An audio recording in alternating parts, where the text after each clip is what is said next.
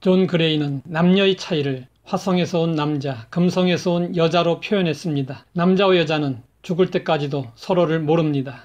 그러나 부부는 서로 이해하려는 노력을 해야 합니다.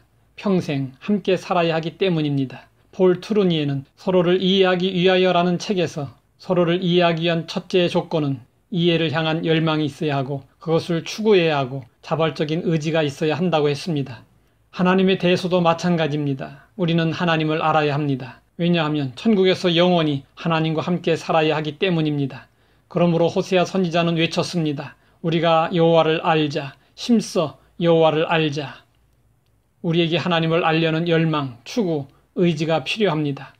예수님은 하나님이 어떤 분이신지 알려주시고자 여러 가지 비유를 말씀하셨습니다. 그중 하나가 포도원 주인의 비유입니다.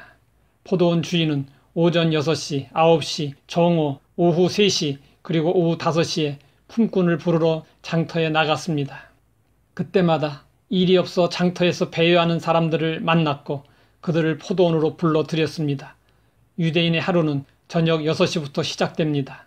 그러므로 오후 5시는 하루를 1시간 남겨놓은 때입니다. 하루가 거의 끝나가는 시간입니다. 그런데 그때에도 장터에는 일자리를 구하지 못한 품꾼들이 남아 있었습니다. 그들은 하루 벌어 하루 먹고 사는 사람들인지라 오늘 일을 못하면 내일은 굶어야 했습니다.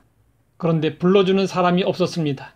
기다리는 동안 얼마나 마음이 초조하고 괴로웠을까요?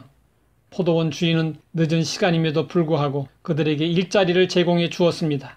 그리고 일용할 양식을 얻을 수 있도록 늦게 일한 자들에게도 하루 품삯을 주었습니다.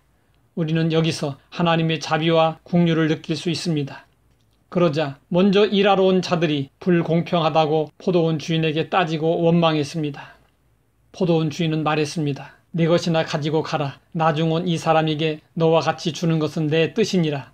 비유에서 먼저 일하러 온 자들은 유대인들을 가리킵니다. 유대인들은 오랫동안 율법을 지키며 살았기 때문에 자신들의 구원은 당연하다고 생각했습니다. 그런데 뒤늦게 복음을 듣고 믿은 이방인들이 자신들과 똑같이 구원을 받았습니다. 그러자 어떻게 이럴 수 있느냐고 불평했습니다. 이것이 먼저 구원받은 유대인들의 태도입니다. 그러나 구원은 하나님의 뜻대로 이루어집니다. 예수님은 포도원 주인의 비유를 통해 구원은 인간의 공로에 의해서가 아니라 하나님의 주권과 하나님의 은혜에 의해 이루어진다는 사실을 가르쳐 주셨습니다. 신학자 R.A. 토레 박사가 호주에서 집회를 인도할 때 강단 위로 쪽지가 올라왔습니다. 박사님, 저는 기도 제목이 하나 있습니다. 오랫동안 기도했는데 응답이 없습니다. 저는 3대째 신앙생활을 하고 있고 25년 동안 주일학교 교사로 일했고 20년 동안 교회 장로로 충성을 다했습니다. 그런데 왜 하나님은 내 기도를 들어주시지 않습니까?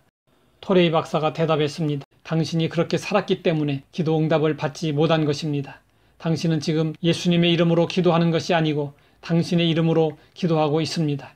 당신의 공로를 내세워 기도하고 있습니다. 당신이 공로의식을 버리기 전까지는 기도가 절대 응답되지 않을 것입니다. 우리가 하나님의 자녀가 되고 천국 백성이 되고 하늘나라에서 영생 복락을 누릴 수 있는 것은 우리가 자격을 갖추고 인정받을 만한 공로를 세웠기 때문이 아닙니다. 우리가 아무리 잘한다 해도 하나님의 절대적 기준에는 미달입니다. 우리가 구원을 위해 하나님 앞에 내세울 수 있는 것은 아무것도 없습니다. 우리는 오직 하나님의 자비와 긍휼, 사랑과 은혜로 구원을 받고 천국 백성이 될 수 있습니다. 하나님 아버지, 포도원 주인의 비유를 통해 하나님을 더 알게 되어 감사합니다. 우리에게 자비와 긍휼을 베푸시고 아무런 자격이 없음에도 오직 은혜로 구원하시고 영생 복락을 누리게 하시니 감사합니다. 마지막까지 한 사람이라도 더 구원하시고자 하시는 하나님의 선하신 뜻을 헤아려 하나님을 기쁘시게 하는 인생을 살게 하옵소서. 예수님의 이름으로 기도드립니다.